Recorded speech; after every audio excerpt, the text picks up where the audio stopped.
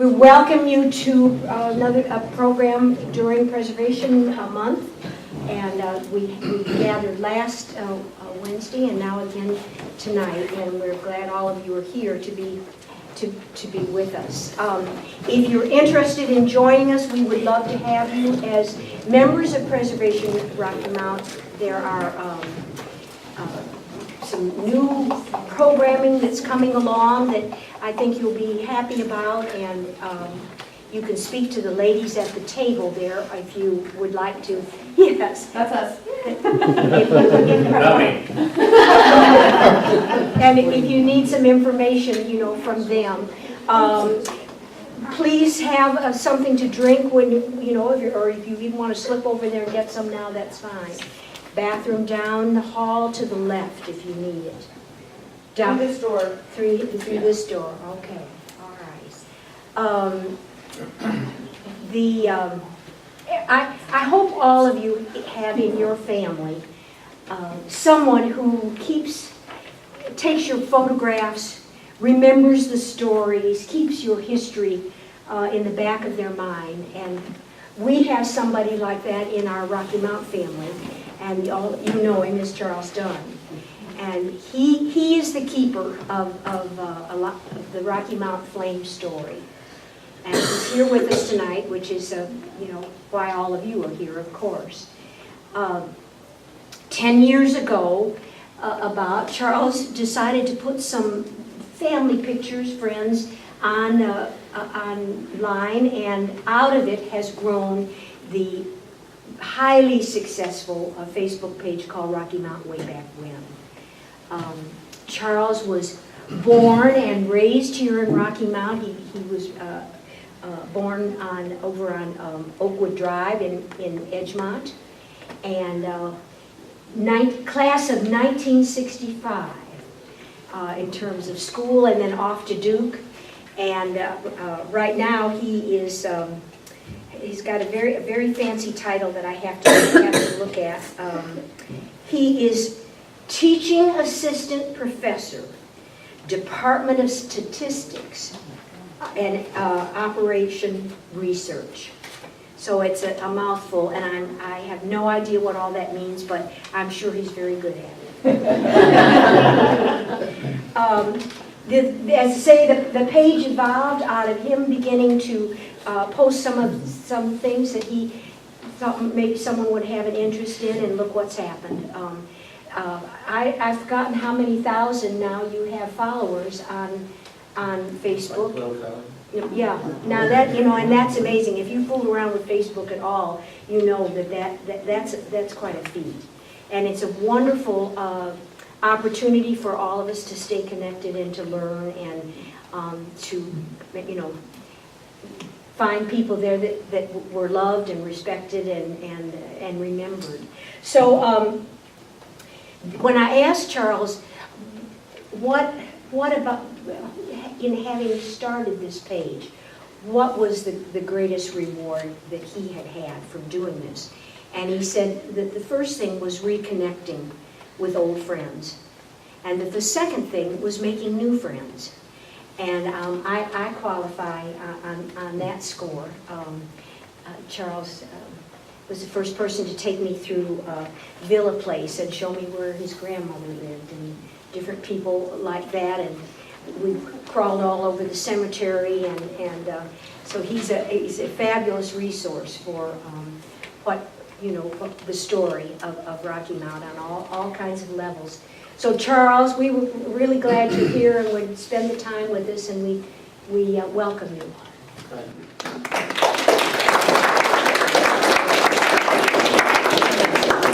I think what Stephanie's telling you is I'm not a historian.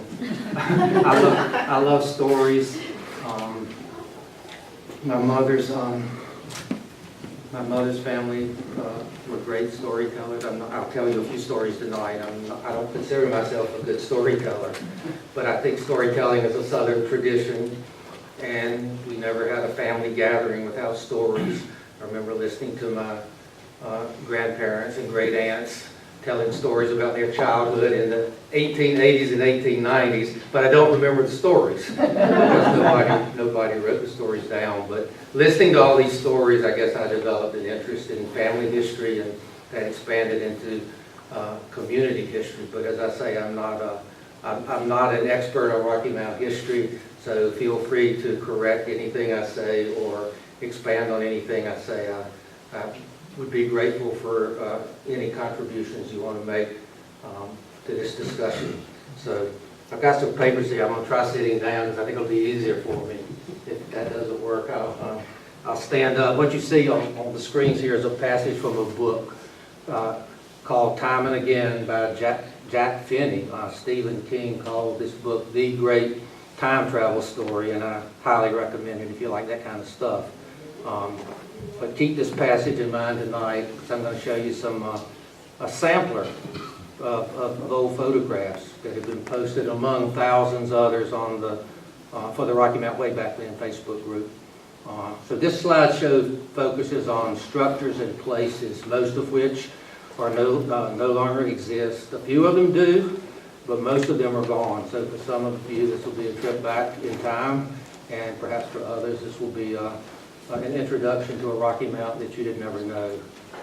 So as I say, I'd like this to be interactive, so don't be shy about speaking up if you feel like you want to contribute. I've divided these slides into 3 categories, which I call residential, commercial, and civic. Civic being everything. It's not residential or commercial, like parks and churches and schools. And no doubt you will recognize the first few residences because not only are they still with us, but they are they have been named to the National Historic Register. So, okay, that's fine. Okay, click. Okay, you recognize this? What is it? And who built it? The Bunn, you're right. It's the antebellum mansion. You can click again. It's the antebellum mansion that Bennett Bunn built that overlooked the falls of the falls in the Tar River. It was built about 1830. If you look at the picture on the left, it says the home of the Lewis family, the old Lewis family's place or something like that. That's what my mother called it, the old Lewis place. I don't know. From about 70 years, starting in the mid-1800s, the Lewis family lived there. My mother called it the Lewis place. I don't know anybody know who the Lewis family was? I have no idea. I don't know anything about them. But there were several legends that grew up. Yeah. 2 sisters. 2 sisters. Oh, okay. Okay. There are several legends that grew up about its construction. One was that the bricks were wrapped in tissue paper and shipped from England to Norfolk and then brought down the Rocky Mountain by ox cart. And another legend was that a silver $1.25 brandy were placed at each corner of the house so that the owner would never go broke or dry. Supposedly it's haunted by Civil War ghosts and a 5-year-old child who died there, but I guess that's another story for another time. Okay, and this is. Let me ask you, why was Stonewall not burned in the Civil War? What now? Why was Stonewall not burned when they burned the mill? I don't know. Because they didn't burn houses of people, they burned things that were important to the Army. So the mill was manufacturing goods that the Army could use, so that's why. But they wouldn't have burned individual houses. Yeah. Not in North Carolina anyway, maybe Georgia, but not North Carolina. So who built it? That's another Bunn. If you said Bunn, yeah, you're right again. This was 1844 by Redmond Bunn. He was a wealthy Nash County planter, and he was the nephew of the Bunn who built Stonewall. Antebellum Nash County was one of North Carolina's most prosperous agricultural counties. You may not, I didn't know that, but that's what I have read. Benvenue was remodeled as a Victorian mansion in 1889 by Redmond's son, whose name was Benjamin Bunn, and he was one of North Carolina's most important political figures. So Benvenue served as a center for both social and political events in Nash County, and of course the first country club grew up around Benvenue. Okay. Yeah. It's Yeah. still in existence. Yeah. No, you can click again. Okay. So this, of course, is. I And of course, you see on the right, you see the, on the right, you see that was a photograph of a mill house in 1924, and you can see the clothes drying on the front porch. I don't know if it's still there or not. Does anybody recognize it?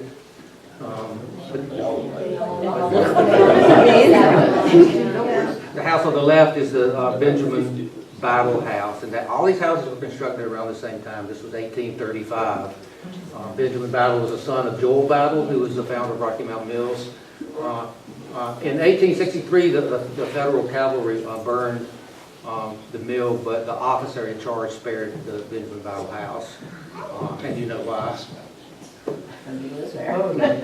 Maybe. Well, the tradition is that the officer in charge of the cavalry and the superintendent of the mill were both Masons. And that's the tradition. I don't know if it's true, because I think there were other houses that were also spared. But that's the tradition. So I have a personal story about that Benjamin Battle house. My grandmother lived in that house for about a year. She taught at the mill school back in 1908. And she was single but planning a wedding down in Swan Quarter, if you know where that is, on Thanksgiving Day. And she needed a place to stay. Until she got married, she had become good friends with the wife of the superintendent of the mill, and they invited her to come and live with them. At that time, the mill offices were on the ground floor, and the superintendent lived on the top floor. So she lived up there on the top floor and told lots of stories, which write your stories down, because I only remember one story, and that was how they would be awakened in the night hearing these ghostly sounds, and they thought the house was haunted. It turned out some boys had driven a nail into the side of the house, and they were pulling a waxed string back and forth. These ghastly sounds. She never said one of those boys was my granddaddy, but wouldn't surprise me a bit. Okay, the next one. You recognize that? What, Early picture of McHalen, built a little bit later, 1907. Anybody know who built it? Hines. Mr. J.W. Hines, and his business was Ice. Manufacturing, sale of ice. And he was also instrumental in supporting the tobacco market in its infancy, and in securing the railroad shops, the ACL shops for Rocky Mountain. Of course, in 1991, a granddaughter of Hines sold McHalen to H.I. Tharrington, and he started a restaurant and catering business here. That was Irwin Wild. Yeah, she's still here. Granddaughter, She's still. Irwin Wild, so. Okay. Another ghostly story, when when H.I. was contemplating the layout of the restaurant, the old servant buzzers began to sound, but the buzzers have been disconnected for over a decade. It was those two boys again. Okay. Okay, so, again, click again. Does anybody recognize the house on the left? House on the right might give you a clue. There are three brothers who left their mark on Rocky Mountain in the first half of the 20th century, and this slide numbers two of them. On the left, that's the residence of, school was named for him. James Craig Braswell. That's 128 North Church Street. He steered Planters Bank through two world wars and the Great Depression. And when he died, the bank established Braswell scholarships to perpetuate his interest in the youth and the schools of Rocky Mountain. So I think there I guess there are two types of history. There's factual history and there's anecdotal history. And if you want to know what James Craig Braswell did, you can go to old newspapers and get the facts. If you want to know who James Craig Braswell was, the best source is personal narratives, but they're few and far between. And again, that's why we need to write stuff down. But James Craig Braswell was loved by children, and the children loved James Craig Braswell, and they scrambled to sit on his pew. He was a churchgoer, and the children scrambled to sit with him on his pew in church. I suppose that had nothing to do with the fact that he always kept his coat pockets stuffed full of candy. But when I come across a story like that, I think that's a real treasure. I try to remember because it tells me something that I'm not going to learn from newspaper accounts. My mother wrote down a story about her grandmother. And stories don't have to be 200-300 words. They can just be a few sentences, a few lines. My mother wrote a story about how her grandmother would see a beautiful sunset and then call all of her friends and neighbors and tell them to look at the sunset. And of course, by the time she finished calling all of them, she had missed it.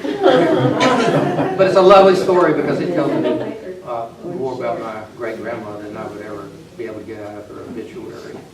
So write your stories down.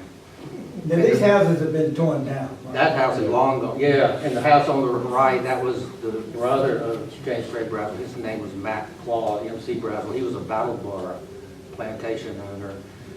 And his land was donated by his daughters for the construction of Westland College, right? Okay, next, we'll move on to...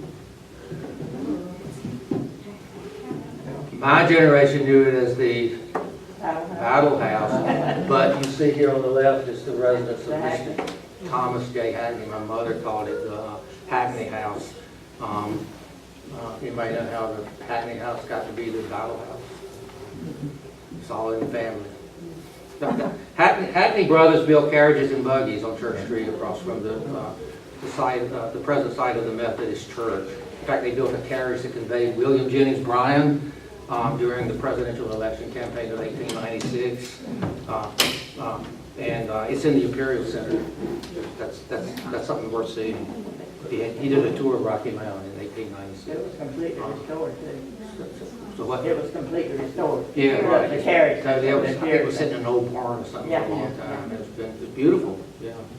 So you can click again. Thomas Hackney had one child, a daughter, and he married Dr. Mark Braswell, who was the third of the Braswell brothers. And Dr. Braswell and his wife lived there, and Dr. Braswell had a daughter who married Hyman Battle, who was president of Rocky Mountain Mills. So that's how it became known as the Battle House. And Dr. Mark Braswell also had a son, and his name was Thomas Hackney Braswell. And he died in 1907 at age 11, and Dr. Braswell, the Braswell Memorial Library was a gift from Dr. Mark Braswell in memory of his son. So that's quite a legacy for the three brothers, the quality public schools, a public library, and a college, right? Can't do much better than that. That house was demolished in 1977. It was hard to see. It could, I understand, it could not be, because of the way it was left, it could not be saved. We all grieved over it. I know. Yeah. And I It didn't was sad. even grow up here and I grieved over it. Right. Charles, Okay. is that true what I've heard about the columns off of this are at the First Christian Church? It seems like I remember reading that on Rocky Mountain Could Way be. back then. I know it's been discussed on there, Yeah, Yeah. and yeah. but I don't know, like, you need to talk to a lawyer, I guess, to find out exactly why the house had to be. I think maybe it was left in a trust or something, and the trust would not allow it to be used for a restaurant or bed and breakfast or anything like that. So, and nobody wanted. No, I'm talking about the columns. Oh, the columns. The columns. I heard that the columns, when they were tearing the house down, that the First Christian Church over on West Haven Boulevard bought it, and then they're over there now. Oh. And if you ride by and look at those Oh, columns, okay. they do look like this, Corinthian style. Okay, okay. That sounds vaguely familiar. Yeah, thanks for contributing that. Okay, you recognize this one? The picture gives it away. That's right. And if you mention Kay Kaiser today, the most likely response is, who is she? Right? But of course, in the 30s and 40s, Kay Kaiser was a household name. And he was a band leader, but he could neither read music nor play an instrument, if you know that. He was a radio personality. He had a show called Kay Kaiser's College of Musical College, spelled with a K also. He drew 20 million listeners every week, but that was enormous for the 1930s and 40s. Has that house been torn down? Yeah, it was an Elks Lodge for a while, and then it was torn down. His mother, Emily, was the first woman pharmacist in North Carolina. Where was it? Where was the house? It was behind the Methodist church. In fact, it faced the Bible house that was on the previous line. On Sunset. So there are endless stories about Kay Kaiser going back at least to high school. His first Ford automobile he called Passion, and it was known to everybody in Rocky Mount. It was said there was hardly a business in Rocky Mount that had not loaned him something to keep that car going. Okay. Move on here. The next. Okay, be it ever so humble, this slide may seem out of place among all these grand homes. But I've included it for a reason. Red Road was previously named Green Street, and you know who lives here? From 1917 until the family left Rocky Mountain in 1922, moved to New York City. Thelonious Monk. Thelonious Monk. Yeah, so you can click it again and you'll see his picture here on he was the second most recorded jazz composer after Duke Ellington. Did you know that? And he appeared on the cover of Time magazine in February 1964. There's an interesting story here. Time had actually planned this issue for November 29, 1963. But what happened? Kennedy was shot, and Monk was replaced by Lyndon Johnson. And on the cover, and Time had to destroy 3 million copies that they had already printed. Okay, the next one, go ahead, is some, these are just some Church Street residences. Rocky Mount once claimed that few cities of its size had as many beautiful and costly residences, and these certainly are, but I can't identify any of them, but they certainly are lovely homes. But on the next slide, you'll see 4 residences that I can identify. On the left, right here, that's the home of Mr. W.L. Groom. That was at 226 Franklin Street. I don't know if anybody ever remember seeing that house. He was an alderman and president of the Chamber of Commerce. An unusual looking house. The top middle, that's Z.B. Bullock's house when he lived on Rose Street. Most of us probably heard of Z.B. Bullock. He entered the meat business when he was 21 years old, and it quickly expanded to include hides and furs and real estate. And then the top right, that's the residence of Frank Shepard Sproul on Falls Road. He was a lawyer. He was a congressman. He started the law firm that eventually merged with the Pointer firm in Raleigh. He had a nephew also named Frank Sproul who founded People's Bank. That was a different, same name, but the nephew of this house was also the home office in Coastal Plain Insurance Company for a while. I remember that. And then the house on the bottom is the residence of James P. Bunn. That was on Falls Road near Parkview Hospital. And he was the son of the Benjamin Bunn of Bentonville. And that house was later used as classrooms for Parkview Nursing School students. Anybody remember that? Yeah. Okay. All right. So that's the residential part. Anybody have, before we move on to commercial, anybody have any comments? Okay. Well, so there you see a picture of downtown, I guess in maybe the early 60s. It's changed a little bit. Right?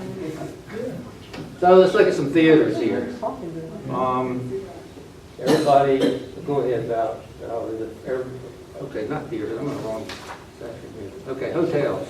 Hotels first. Okay. Establishments that provided accommodations for travelers. So you probably recognize the Red Brick. Okay, that was the Rick's Hotel built by Robert Ricks and Mr. T.L. Bland, right up here, right on the corner of Main Street and Hammond Street, around 1906. Had 75 rooms and 40 baths.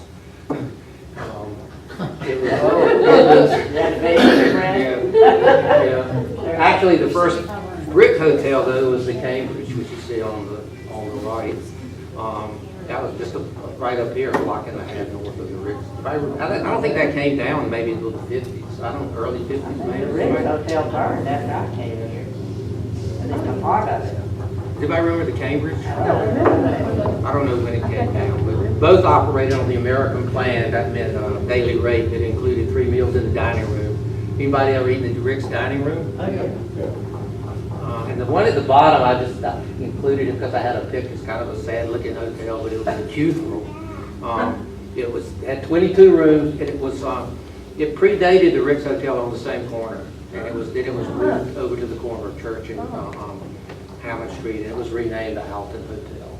But it was kind of an interesting looking hotel, but I don't know any more about it than that. Of course, these hotels were built to accommodate both travelers and year-round residents, and in Rocky Mount, most of the travelers came by rail, right? But with the rise of the automobile, move on to the next one, the tourist homes sprang up along Church Street, which was Highway 301, and these 3 tourist homes were within 2 blocks of each other. The Lantern Inn there on the left, that was operated by Miss Fannie Lee Carter. You remember Miss Fannie Lee Carter? She was a school teacher. She operated it from 1936 until the war started. She had trouble getting supplies. She said she had always prayed for a husband and 3 small rooms, but instead she got 22 rooms and 40 boarders. She was an old maid. Tobacconists stayed there during the summer, and in the winter she had tourists. She fed the Northerners chitlins and black-eyed peas. And up there on the top right, that's Church Lawn. In that advertisement, you can probably read that. They're advertising steam heat, shower baths, insulation, free parking, and a location 1/2 block from the best theaters. And then at the bottom is to come in, which was between First Baptist Church and Western Alto. I remember the Will Road restaurant being in that house. How do you remember the Will Road restaurant? That was back in the 50s. Motels, when 301 bypass was completed, of course the motels sprung up along the bypass, and the first one was Howler's. In 1947, he had to mortgage his house and borrow money to finance what he called hotel cottages.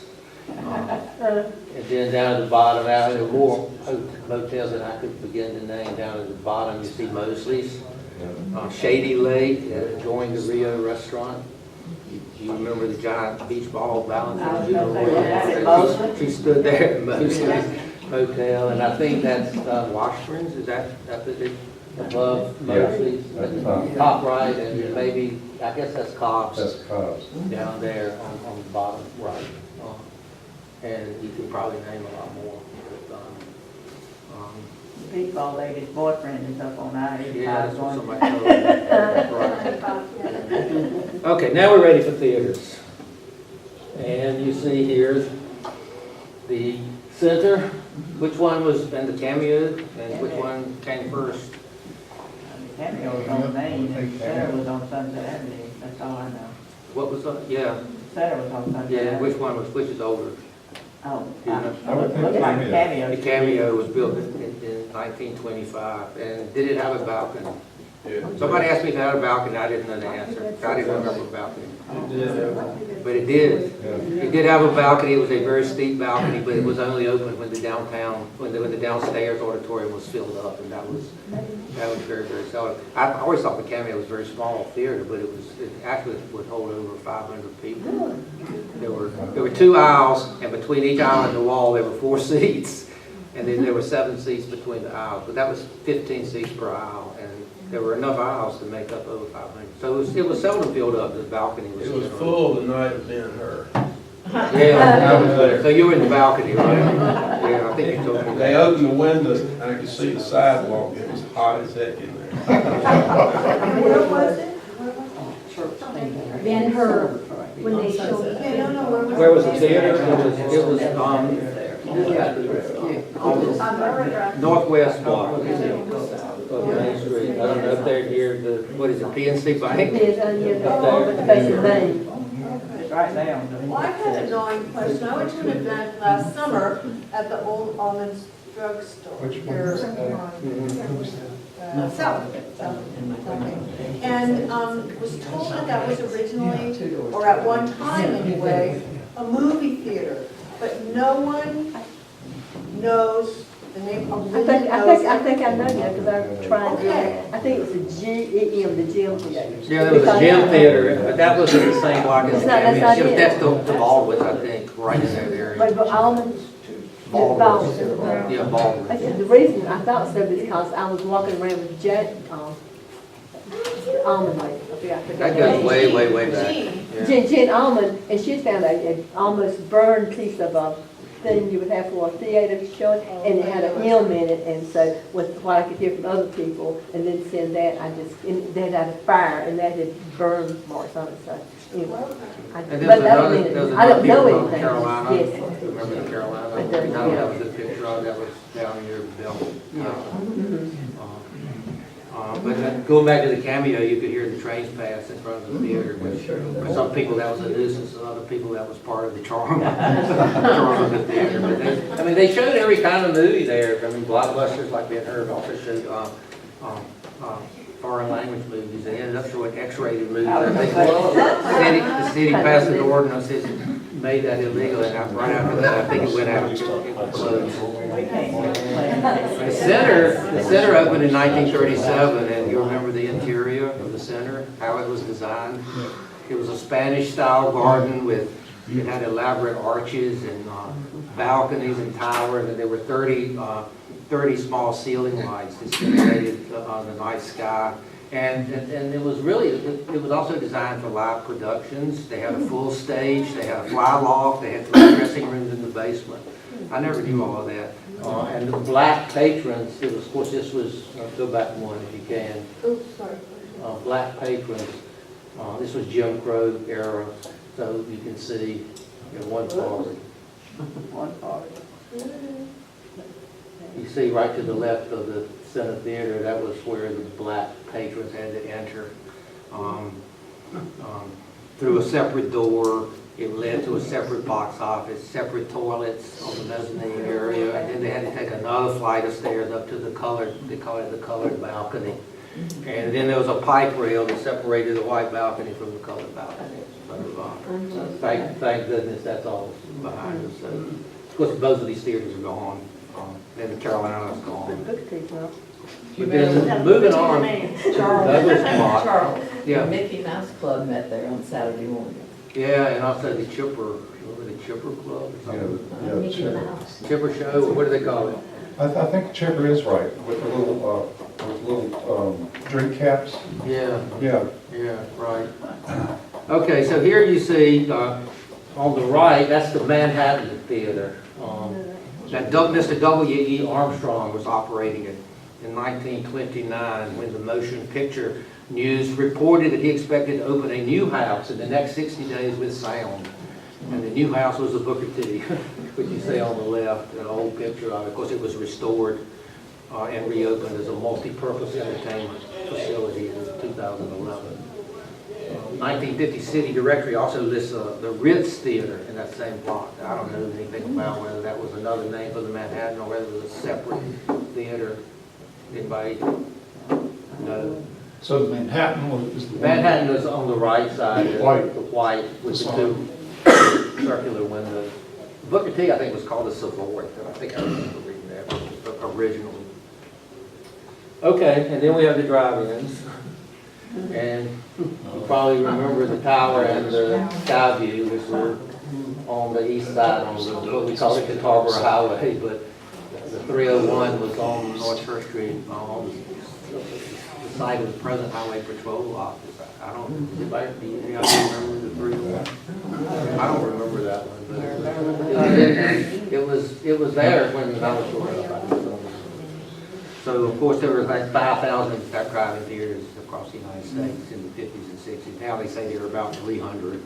The only one I'm aware of is up in Henderson. I think it was built in the 1940s. So the drive-ins were a victim of many things, including video rentals, VCRs, cable TV, smaller, less comfortable cars. Of course, daylight time didn't help either. Multi-screen movie theaters, I guess they just passed into history.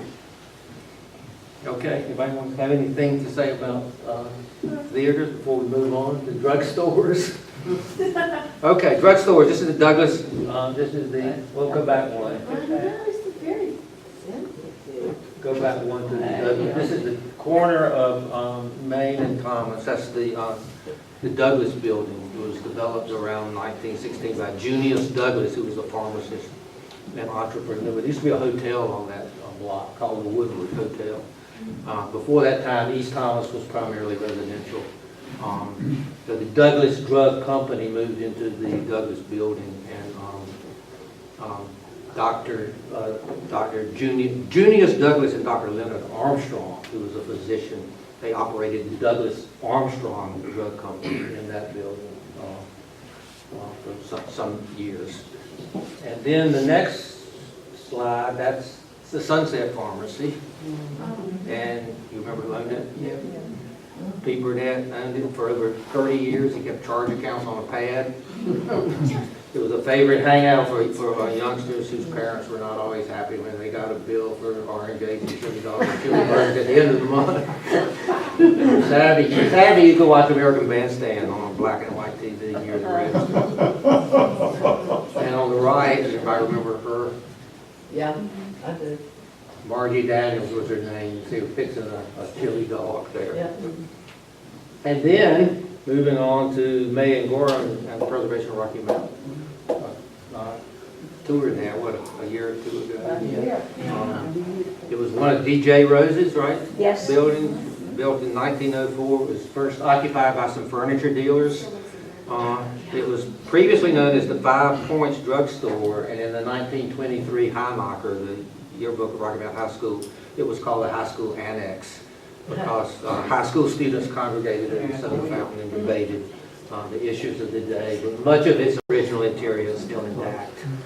And it's considered one of Eastern North Carolina's best examples of a turn-of-the-century drugstore. Any of you go into it? Oh, yeah. Yeah, I missed that one, but I mean, Lots of great line. here it's really something. Okay, so those are the drugstores, and that's some No Kaiser rest, drugstore? some what? You don't have Kaisers? No, I don't have Kaiser's. I do think I have a picture of it. I didn't include it. That was in the People's Bank block, right? Well, Well, it was two places. Well, what? It was at two different places. Yeah, well, actually, it was on the corner. Right. I've got a picture of that, I think, the original location. Okay, so moving on to the restaurants, and Rocky Mount did have a streetcar. Its name was Lunch. This picture was taken in 1935 in the streetcar Lunch. You remember where it was? Church in Bassett. And Mr. W.B. Rice bought it in Raleigh, bought the streetcar in Raleigh, moved it to Rocky Mount. He's pictured there on the left. He's the first one in the row there. Ethel Rice, I presume she was his daughter, married Weaver Knowles, and the streetcar Lunch was transformed into the Knowles Diner on the right, which was also called the streetcar diner. It doesn't look like a streetcar, but I was told it was a combination of 3 streetcars plus some additions. So, okay. Next come the barbecue restaurants. These are the 3, I guess, we remember the most. The North Carolina Museum of History highlights 2 important events in 1924. One is the endowment of Trinity College in Durham by James B. Duke, and the other is the opening of North Carolina's first sit-down barbecue restaurant by Bob Melton. You see it here under high water. He was proclaimed the king of Southern barbecue by Life magazine. So, Bob Garner, who wrote a book on North Carolina barbecues, remembered visiting Melton's in the 50s. Let me just read what he wrote. I think it's a very good description.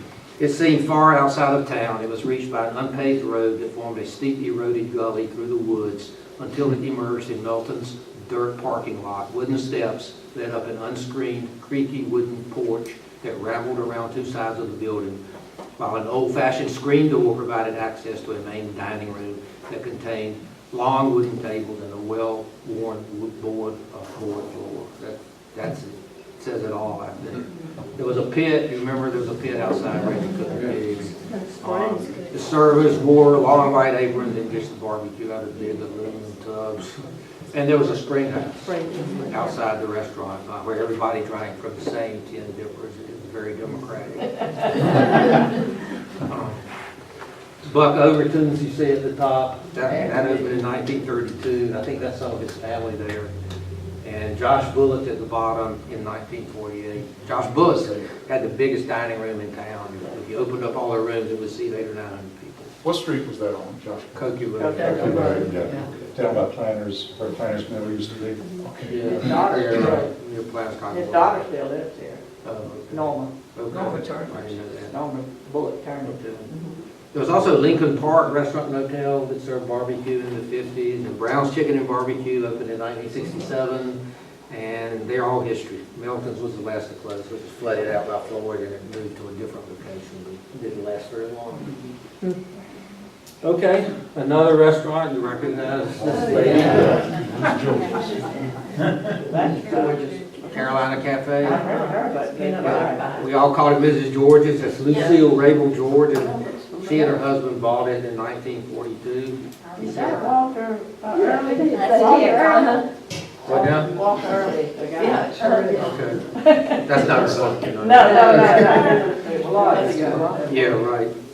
She said her most famous customer was ex-fighter Jack Dempsey.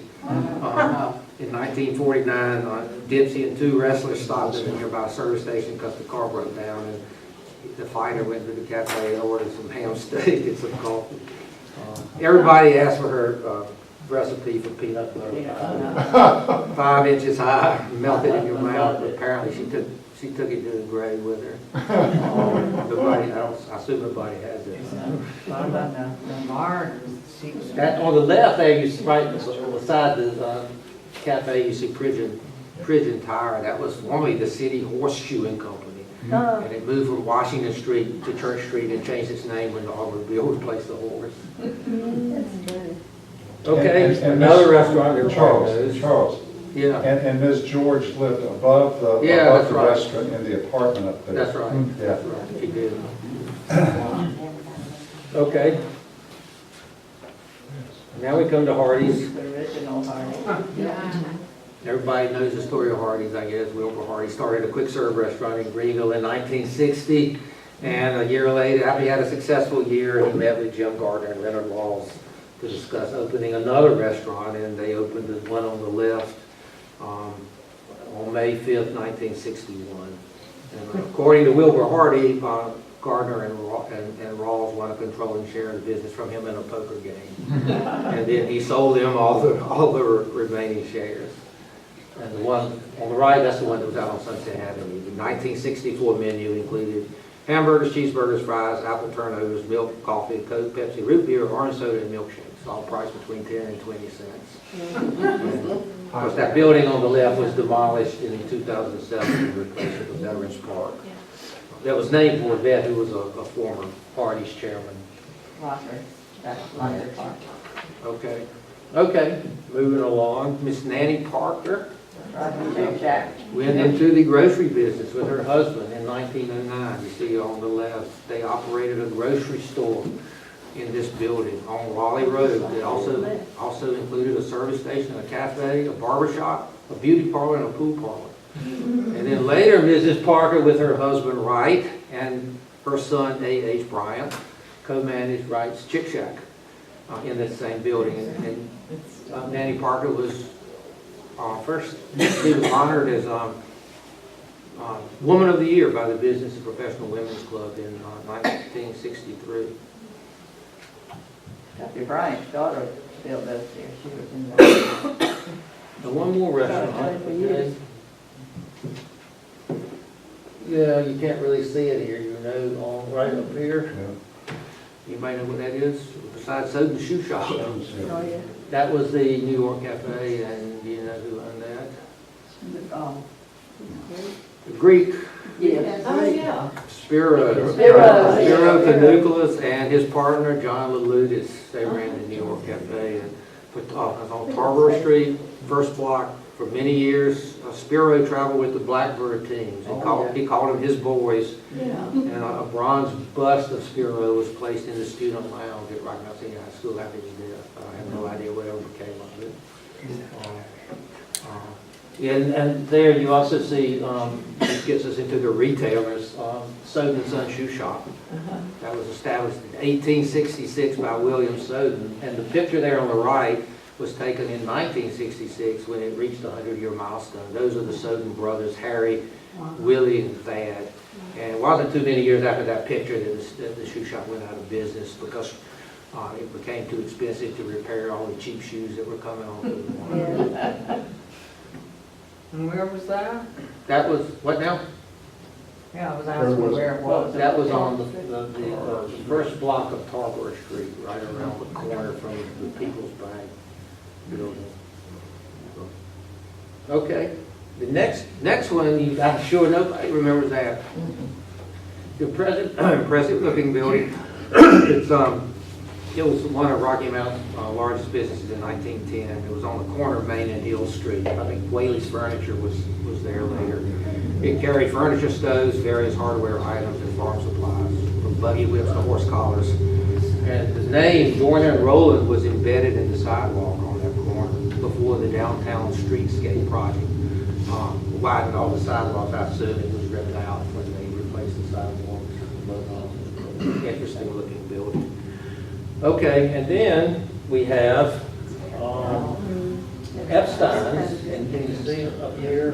It was in this picture right here. It was this is East Main Street, looking north. This was before 1912, and it was called Epstein's Gents Furnishing Store, and it's in the Masonic Temple building. You'll see another picture of the Masonic Temple building, and Kaiser's Drugstore was on the corner. It was. Can't see it here, but it was on the corner was the Dunkel building, and Kaiser's Drugstore was in the Dunkel building prior to 1912. But the Dunkel building burned down, and Eli Epstein bought the land and moved his business to the corner. And then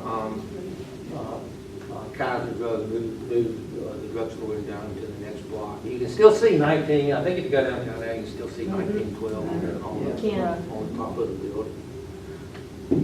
Okay, so moving on, department stores. I can remember at least 7 department stores just on West Main Street.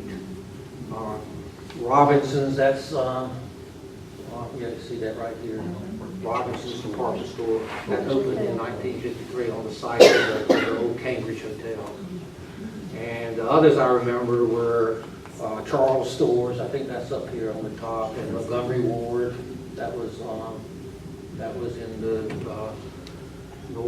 northwest block of Main Street. Same block as the Cameo Theater, Baldwin's. You see Baldwin, let me see, well, Baldwin's, Bell Tower, Eford's, JCPenney. Anybody remember any others? I think that's You had Copeland's, which is here. Yeah, Rosenbloom, Levy, I guess I didn't know. A lot of department stores for the town. Gift shop, yeah. Woolworths, I call it a dime store. Yeah. Yep. And you can smell Charles hot dogs on it. And then Tarrytown came along. Back in 1957, Bobby Gorham decided he would form a committee of 100 to help unite Nash and Edgecombe County. He told me he called an organizational meeting and 6 people showed up. So he decided to build a mall that would function as a community center, and he planned it for 4 years. He bought 24 acres of swampland, filled it in with 250,000 cubic feet of dirt, and he started Tarrytown Mall in 1962. When North Hills and Raleigh was still a strip mall, Tarrytown became the 26th enclosed mall in the United States.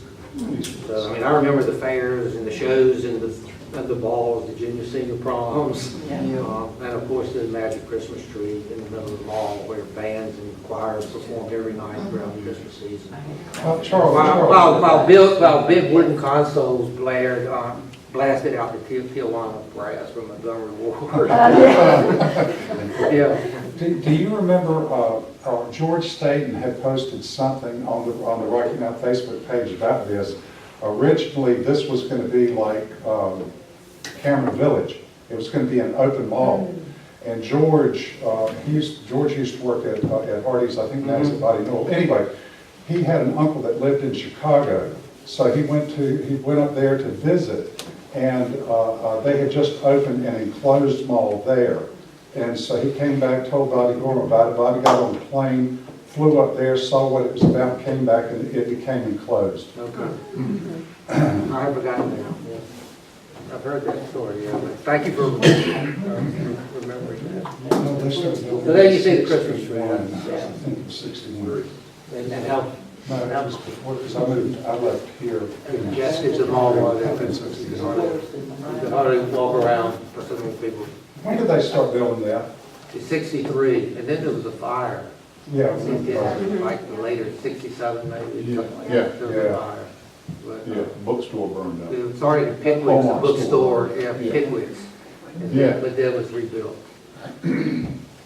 Okay, banks. Here you see two pictures of West Main and Sunset Avenue, then and way back then. And you see here in the, this picture, you see the telephone office there? Right up. This telephone, that's- I think that was the first office of the, telephone. Planters Bank actually opened in 1899, but it's opened in the Rose Drug Building. And the bank offices, my dad worked there for 40-some years. The bank offices actually had to sweep the building out each day and clean up because they didn't have maintenance people in those days. But the Planters Bank building in these pictures was constructed in 1907. And Palace Pharmacy was in this other corner here. That was called the drugstore corner. And this is the 1963 homecoming parade. That's, you see Baldwin was on that corner in 1963. Okay, so that's Planters Bank, and then the next one is that's the National Bank of Rocky Mount on the left. But it closed in 1933, and it reopened as People's Bank on New Year's Day of 1934. And Frank Sproul founded People's Bank on April 1st, 1931. He said only a fool would start a bank on April the 1st, but several hundred April fools put their money in the bank. And when the bank moved into this building, it was sort of a homecoming for Frank Sproul because he had worked there as a fountain boy for Griffin's Drugstore when it was on that corner back in 1900. Okay, and WCEC, WFMA, that's their first, on the left there, that's their first studio, I guess. Everybody remember that? On Church Street? Yeah, Bill Maywood's Bell used to have a program there where you have a competition between several students. Maywood's Bell, you with her? Oh, yeah, Yeah, the Children's Museum. She Yeah. was the wife of Unitary minister, but And Ray Wilkinson had a show, does anybody remember Ray? It was Oh, on the yeah. old oak tree, and people, Yeah. several people have told me, I think he did the voices of several characters. Any of you remember Ray Wilkinson? He was farm editor for WCC and then for WRAL. Yeah. WRAL TV, but I don't think there is a WCC in Rocky Mountain anymore. Of course, there were three stations that I grew up with WEED, WRMP, and I think Weed and WRMP still exist. I think, I'm not sure, but I don't know about WCEC. Now, the sister station was WCEC FM, but later became WFMA. Josh Horn, who was the publisher of the Telegram, owned both of those stations. I think WCEC was, the Warners, Joe Warner. He still has a Yeah, station. he was like manager or something. I don't. Yeah, He still has a station. That on 97. but it's not WCEC. I don't think so, but I don't know. I thought WCC, I'm not sure, but here it's not good. You, But I think WCC was the Warners. yeah, it was. They were in that. I don't know exactly what their role was, but I don't think they owned it, did they? Did you thought they did? That I don't know. I'll find out. You remember what WCEC stands for? We cover Eastern Carolina. And WRMP, that's obvious. WEED, reference to the tobacco plant, the Golden Weed, although people used to say weed stood for We Entertain Inglewood Daily. They were too impressed by its transmitter. We entertain Inglewood Daily. Okay, and on the right, of course, that's an early picture of the tower out on Highway 97. It was Highway 95, wasn't it? Right. Before it was Highway, they had to renumber it to 90s, from 95 to 97 when the interstate came through, I think. Anyway, okay. Okay, one of the biggest things going on in eastern U.S., people came from all over. What was it? June German. The June German. So moving on to the next slide. Of course, the June German was, yeah, there we go. It was an annual dance that held in a decorated tobacco warehouse. It was the highlight of Rocky Mount social season. Social calendar from the late 1800s to the middle of the 20th century, a long, long time. And in the 30s and 40s, the June German lasted from 9 o'clock on Friday evening until 5 o'clock the next morning, with 3 long intermissions for private parties. And of course, there were top name bands: Tommy Dorsey, Ozzie Nelson, Artie Shaw, Kay Kaiser, and they played in these steamy warehouses. And the event was featured in magazines like Life and the Saturday Evening Post. And a June German was held for the black residents on the Monday following the white dance. So the blacks gathered in the same warehouse. They celebrated throughout the night with their own musicians. Here you see Louis Armstrong. They used the same decorations and stage setups from the white dance. And by the 1930s, the black dance was drawing over 8,000 people to Rocky Mountain. And I know many white people went to the black June Germans as spectators because the music was so outstanding. Okay, so that finishes the commercial, and we'll go to the last part, which is city. There you see a city lake, and notice beyond the river it's all farmland. So that's pretty far back before my time. Charles, I happened up on an interesting story about the June Germans. I was not here when they were going on, but this lady called one day and she wanted me to look at her house, and it was like a rooming house. And for the June Germans, they would often, for the white ones, they would have people like Cap Calloway and others as the warm-up group. And they, at that point in the early days, they had nowhere to stay. And she had a rooming house where they stayed with her, and she had a big room on the back where she cooked for them and fed them. So, and it's on near downtown. They just started restoring it. Yeah. We're working on that Yeah. house. The Buckland Association now has it. Yeah. But they're working to make it a museum now. Oh, thank you, that's interesting. Okay, you look at a couple of municipal structures. This is the municipal building on Northeast Main Street. A couple of stories I have here. One story predates the building. In the early days of Rocky Mount, Parker's Well was in this area, and after supper people would go to Parker's Well and linger under the shade trees and fill their buckets with water, and then all the men would adjourn to somebody's house for a nightcap and a game of poker. And according to one story, which I kind of like, a snake, during one of these poker games, a snake dropped down from the roof. And the game involved a prominent banker from that time, and the snake wriggled across the table. But nobody reacted until the snake knocked over the chips because they were all afraid they were hallucinating from the Nash County. Nash County was very famous with brandy. I don't know who Franklin was. The other story is the speech that Lyndon Johnson made in front of this building in the spring of 1964. This was just a few months after John Kennedy had been assassinated. And, he arrived late and spoke in the dark, maybe because he had been looking for Rocky Mountain in Appalachia. There was a dangerous crush downtown. The telegram said there may have been as many as 100,000 people down there. I was down there, and I remember several people suffered from exhaustion. I remember the old Chevy got into the presidential motorcade somehow by mistake and had to be removed. But actually, Lyndon Johnson was the third president to stop at Rocky Mountain. You might know who the other two were. Probably never guessed. The first one was Grover Cleveland. His train stopped here in 1893. The second was Franklin Roosevelt. His train stopped in South Rocky Mountain in 1941, and he raised the shade, waved, and lowered the shade.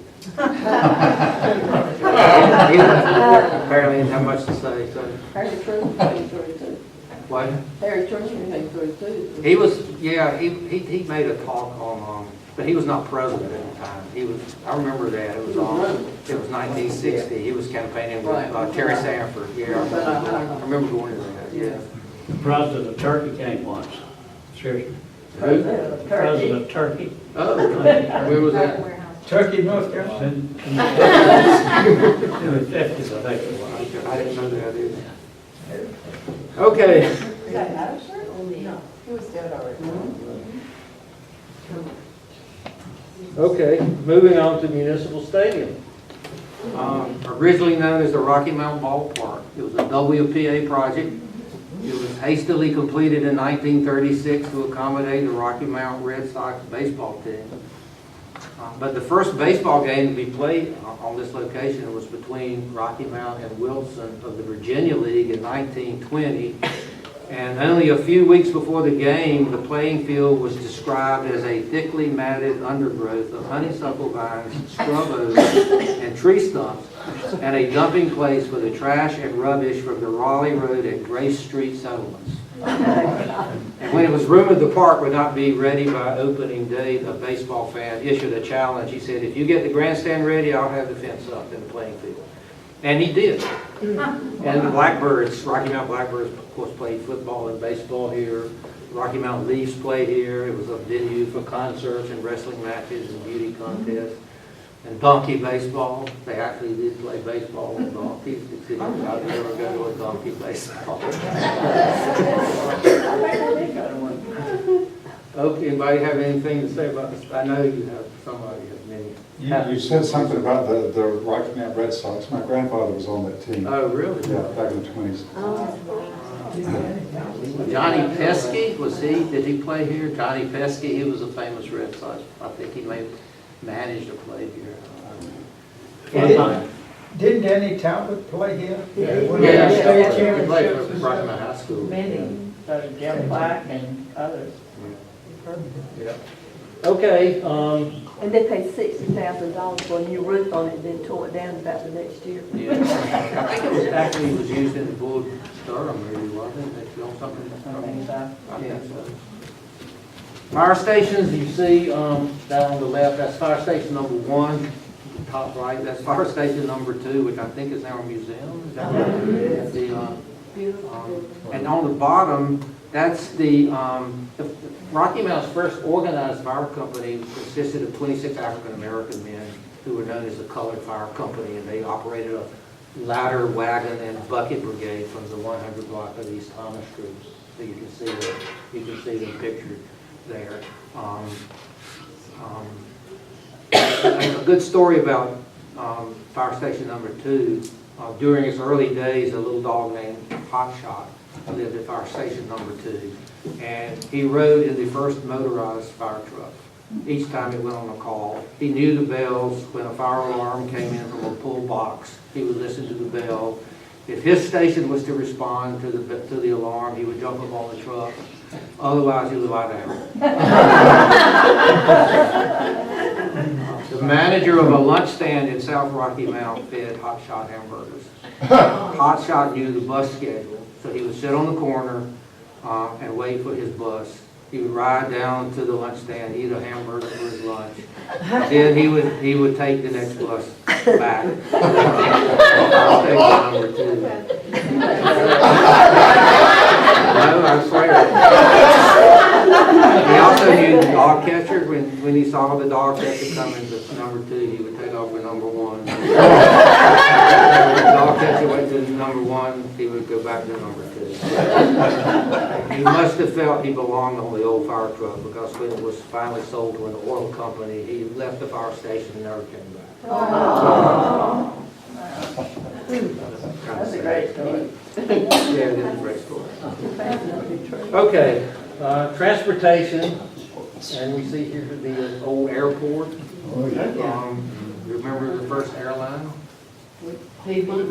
No. Capital. What? Capital. Not even Capital. First airline was Penn Central. Oh, wow. The first flight was a round trip from Norfolk to Knoxville by way of Rocky Mount in 1940. It was a 10-passenger bowling. And then in 1948, Penn Central changed its name to Capital. And then Capital's east-west flights were transferred to Piedmont, and that was in 1961. You see the airport luncheonette there, you may remember going out there on Sunday afternoon, eating hot dogs and milkshakes or ice cream at the luncheonette, and then parking next to the fence and watching the airplanes land and take off. That was a sight on Sunday afternoon, the Rocky Mountain. Okay, and then we come to the depot, right up the street here. And you see it in various stages. It was built in 1893 by the Wilmington and Weldon Railroad. It was you see it was a 2-story building with 1-story wings. And then the Atlantic Coastline bought the Wilmington and Weldon and rebuilt the depot in 1912. And then in 1916, a 3rd story was added. So you see there on the bottom right with 3 stories. And then in the 90s, it was restored to its early 20th century design features, and it was renamed Helen Gate Historic Train Station in 2010. Would passengers spend the night up there? That I don't know. Does anybody know? Passengers would stay here. They would stay here. Yeah, there's a Rick's Hotel there right across the street. You know, on the corner of Upstairs. Main. No, upstairs. I never heard past anybody sleeping in the train station.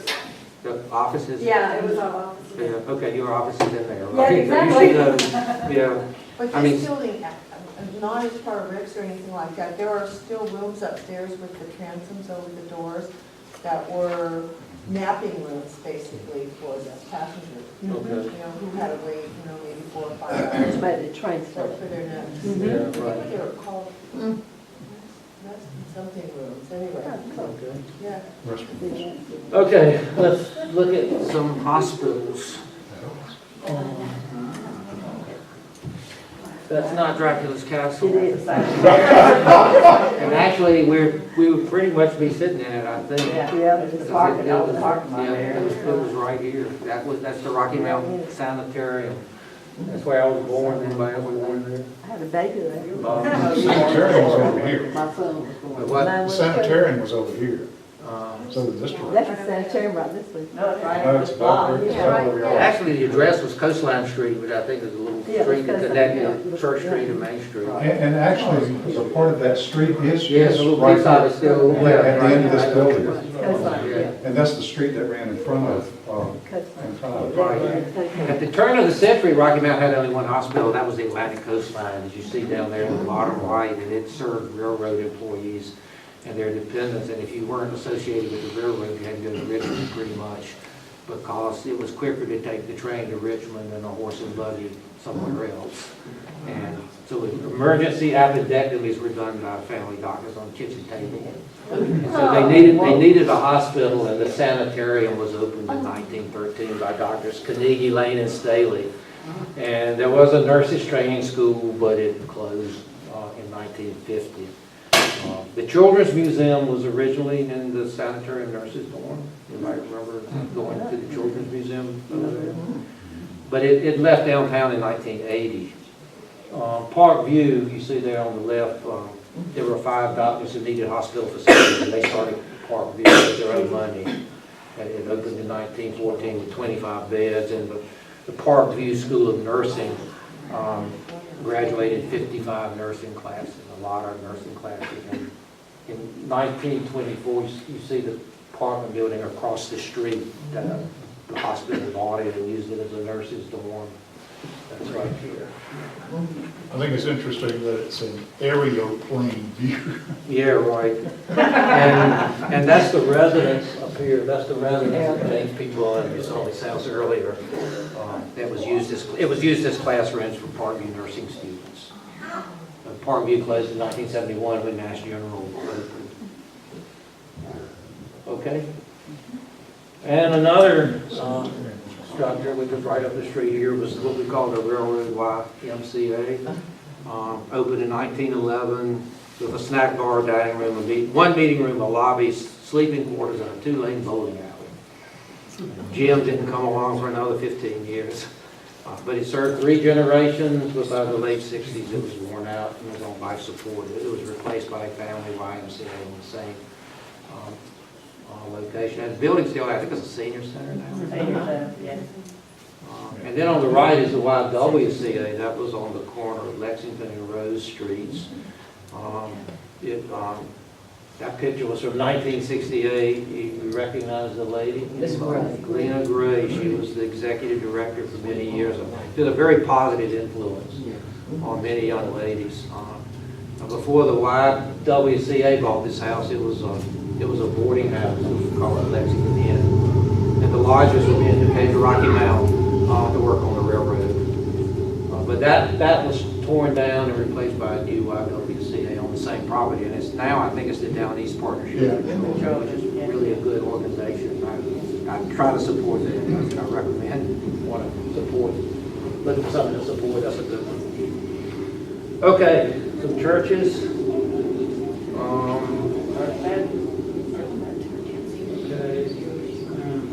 Yeah, anybody worshiping the church, services in the church on the right?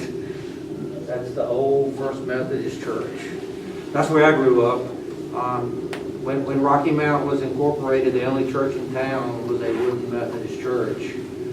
There were 21 bar rooms, but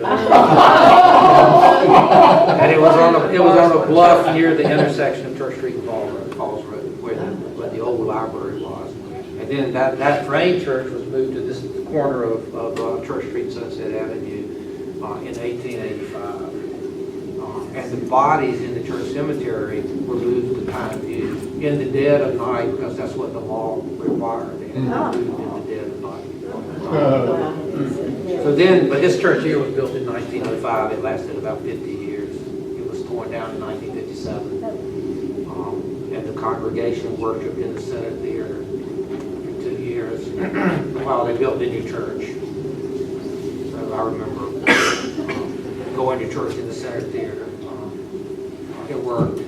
I always felt like something was missing, but finally decided it was the popcorn. First Baptist, remember First Baptist?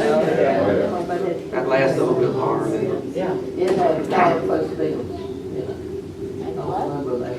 the what now? It had power post beetles. Oh, And it really? was bad. They had a group from Dallas to come and go all over. They said it was very uncontrolled. The Baptists originally worshipped in a frame church near the corner of Church and Western. Started out with 9 people. This church was built in 1910. Dr. John Kinchelow was the pastor for nearly 35 years. And in a 1937 Life magazine carried a photo of Dr. Kinchelow's congregation on June German weekend. And the caption read, "Sunday morning found many a pious partygoer in the First Baptist Church, where Pastor Kinchelow, in a rather pointed sermon, referred to the penalties of debauchery. Observed that many of the front pews are conspicuously empty." Of course, the church steps were the site of many group photos, right? Including, especially at the high school graduation. Good place to watch the Christmas parade. Yeah, it was a good place to watch parades too, that's right.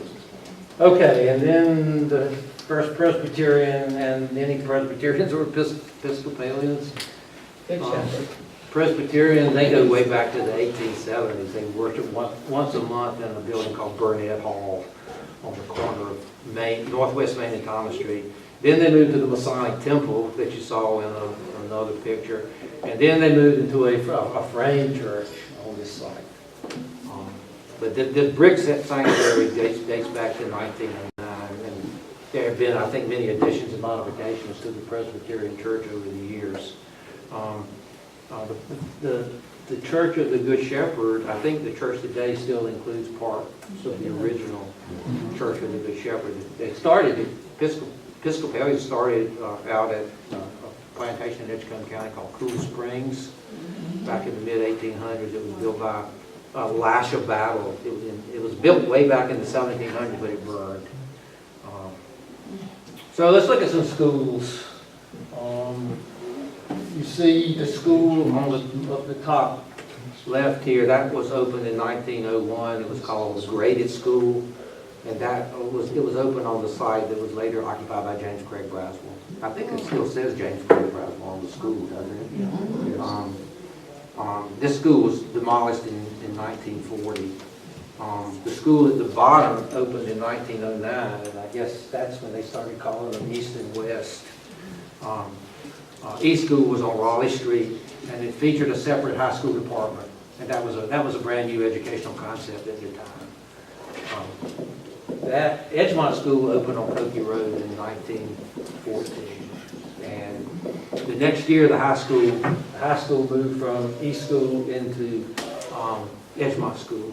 And of course, the Edgemont School was later the Fannie Gordon School, now the Rocky Mountain Judicial Center. And then in 1927, the high school students moved back to East School again, and it was renamed Rocky Mountain High School. And there were additions over the years. It served as a high school until 1953 when they built the one over there on Tillery Street. And then this was renamed R.M. Wilson Junior High School. Because by then there were more buildings. I had classes, you probably did too, Janet, in that building before they tore it down. Some of those buildings still survive as the R.M. Wilson apartments for the elderly. Okay.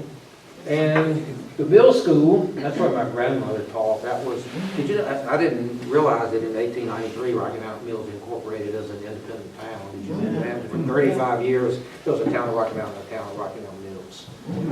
Rocky Mountain Mills had a full town government, had a mayor, a fire department, and a school. And this was the second middle school. It was built in 1889 on the corner of Falls Road and River Drive. It was for the children of mill employees, but it also held night classes for the employees of the mill. They were encouraged to attend, but not required, and later the night programs were converted to vocational classes. Okay, the next one is Holland Elementary. This school was named for Annie Holland. She was the granddaughter of a slave. We don't know much about her early life. Her grandfather sent her to Hampton Institute in Virginia, but his health failed. She never received a diploma, but we do know she earned a certificate to teach second grade, and she also worked as a school principal. After 1915, she held a position for a private trust that effectively made her the supervisor of African American elementary schools in North Carolina. And she's best known as the founder of the North Carolina Congress of Colored Parents and Teachers, which was the first parent-teacher organization in North Carolina for African Americans. So there's a lot of history there. I don't think many people know much about Annie Holland, but interesting person. And then the next one is Booker T. Washington High School on Virginia Street, which opened its doors to all the African American high school students in Rocky Mount in 1927. They had previously been in the Abraham Lincoln School. You remember that school? It was on the corner of Thomas and Gray Streets. There had been a separate high school department in that school for African Americans. And of course, there were additions over the years, and Booker T served as the African American high school until 1969 when Booker T and Rocky Mount Senior High merged into an enlarged Rocky Mount Senior High School facility. And Booker T building was converted into a community center. And Dr. Martin Luther King, you see up here, he spoke to an audience of about 2,000 at Booker T. Washington Senior High School. That was in 1962, and of course, hundreds more were turned away, and near the close of the speech, he built up toward these lines: "I have a dream that one day right here in Rocky Mount, the sons of former slaves and the sons of former slave owners will meet at the table of brotherhood, knowing that one God brought man to the face of the earth." And history recognizes his speech as an early version of the legendary Lincoln Memorial Address. And shortly after the turn of the 20th century, a crowd of about the same size came from all over eastern North Carolina to hear Booker T. Washington speak in the old Davis warehouse, which later became known as Fenner's Warehouse. You may not remember that. Okay, and then we'll move on to the last section here, which is parks and recreation, I call it. And this is the Masonic Temple, which you saw in an earlier picture. Traveling vaudeville companies were an important part of important form of entertainment in small towns in the late 19th and the early 20th centuries. In Rocky Mount, they performed in the Opera House over here, which was on the second floor of the Masonic Temple. And that was later the site of the municipal building, which you saw in another slide. So the temple here was built in 1904, replaced the first temple that burned. By the late 20s, vaudeville was in rapid decline because of movies were lower priced and the talkies were starting to come along. So the last performance in the Opera House was an operetta. It was called The Bohemian Girl in 1926, and shortly thereafter the building was condemned. And a way of life went with it. I have a story about the opera house. I was told when I moved here, there were Mrs. Hine and a Mrs. Parker, and they had asked to use the opera house, and the blacks were not allowed to. So then he told them, why not? So he said to him, if you can fill the opera house up, you can use it. So what he did, and they told me that was the first time the opera house was ever filled. He sent to New York, and all his friends, because I think it was only a quarter, but all the friends that he knew in New York sent him money. And so everybody, all the blacks were able to go and fill it up. And I have a picture of that at home. Of the two people who did that. Yes. And the story. So. Yeah, thank you for sharing that. The next slide, you're not going to remember it all either, because this is Oakland Park. Oakland Park was a public amusement ground on the southwest corner of Tarboro and Raleigh Streets, on the Edgecombe side, in the first decade of the 20th century. During the summer, an orchestra was employed, and the city was treated to vaudeville and comedy performances. So this is the dancing pavilion. And I'll read you what Sam Allison wrote about the summer of 1909. It's kind of interesting. He said, young bloods took their girls to Oakland Park, operated by John L. Arrington on the eastern extremity of Tarboro Street. There they waltzed or two-stepped at 10 cents a dance to the music of the Illington family. From time to time, there would be unverified reports that some spoiled son of the rich had spent as much as a whole $1 entertaining a girlfriend all in a single evening. These and other reports about the young folks gallivanting about in the night air, which was supposed to be crawling with the germs of death, disease, and disaster, brought heads shaking among the middle classes and expressions of direful doubt as to the direction in which the country was heading. So we survived that. Okay. And here we see the old ACL pumping station and water tank on the left on Nashville Road at Hammond Street near the Toro River Bridge. And of course the tank was decorated every year by graduating classes. You see some graffiti on it in that picture. And then in 1963 the property was remodeled for the Rocky Mountain Arts and Crafts Center. It was used for theatrical productions and art exhibits for many years. There was a drama program during the summer for the young people too. So the Tank Theater, it held an audience of only about 100 people, but its intimacy, I think, was part of its appeal. Any of you ever go to a performance? I performed there. Or were you in a performance? Yeah. And my grandfather was night watchman. Oh, okay. The water tank. Oh, okay. Oh, great. Okay. Eastern Carolina Agricultural and Mechanical Association constructed a fairground, the first fairground, you know where it was? In the Tarboro. It was near the old Parkview Hospital. And they staged the first Rocky Mountain Fair there in 1891, but it only lasted a few years. It closed in 1894 because of financial depression.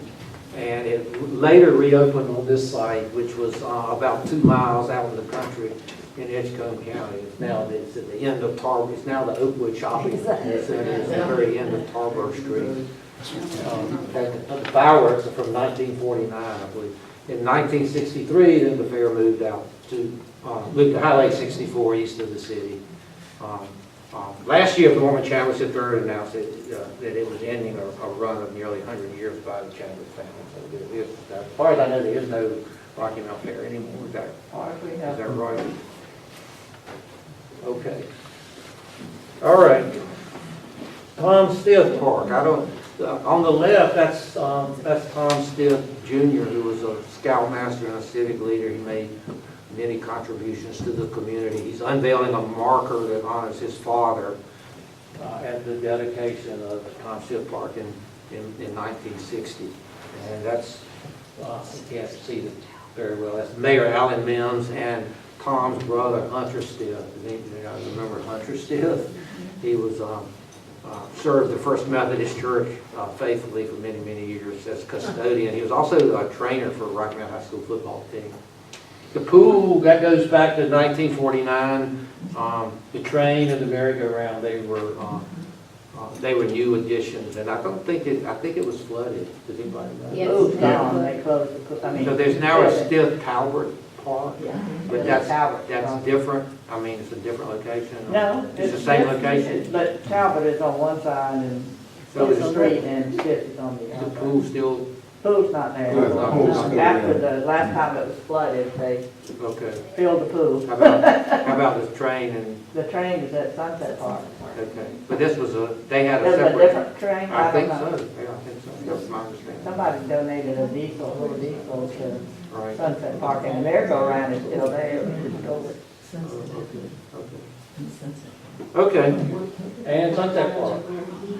You know when Sunset Park opened? How long ago? Well, I spent time there as a little child. That was pretty long, huh? Swimming pool was a WPA project, opened in the summer of 1940. And then the park officially opened the next spring in May '41. I didn't realize it was that old. It offered tennis, volleyball, softball, horseshoes, badminton, folk dancing, band concerts, and swimming. And then there were no major additions until 1952 when the train was donated by the Junior Chamber of Commerce. So that's a different train than what the. Yeah, right.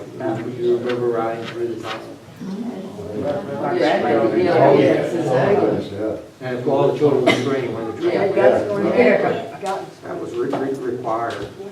So, let's see, the train was donated by Junior Chamber of Commerce. The merry-go-round, we call it merry-go-round, we call it carousel now, but it was donated by the Civitan Club.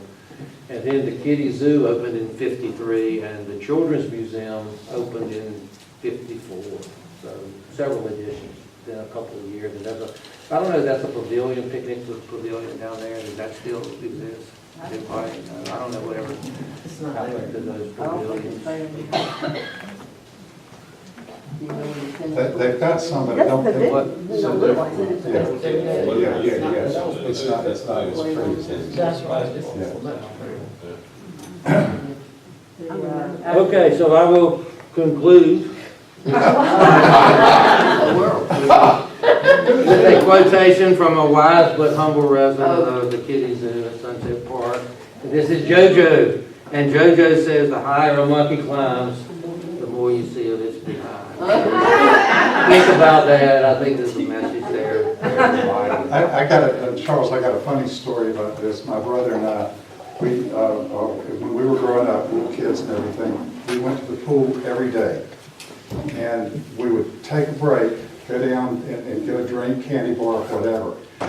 We went over and I got a Black Cow candy bar and a drink. We go over to the monkey cage. JoJo was there, and I'm taunting the thing with my Black Cow like this. Sucker reached out and grabbed my candy bar, and I'm standing there, and I started to cry. I didn't have enough money to go get another one. So every time I see a picture like this, it's like, So thank you for listening to me, and thank you for all of your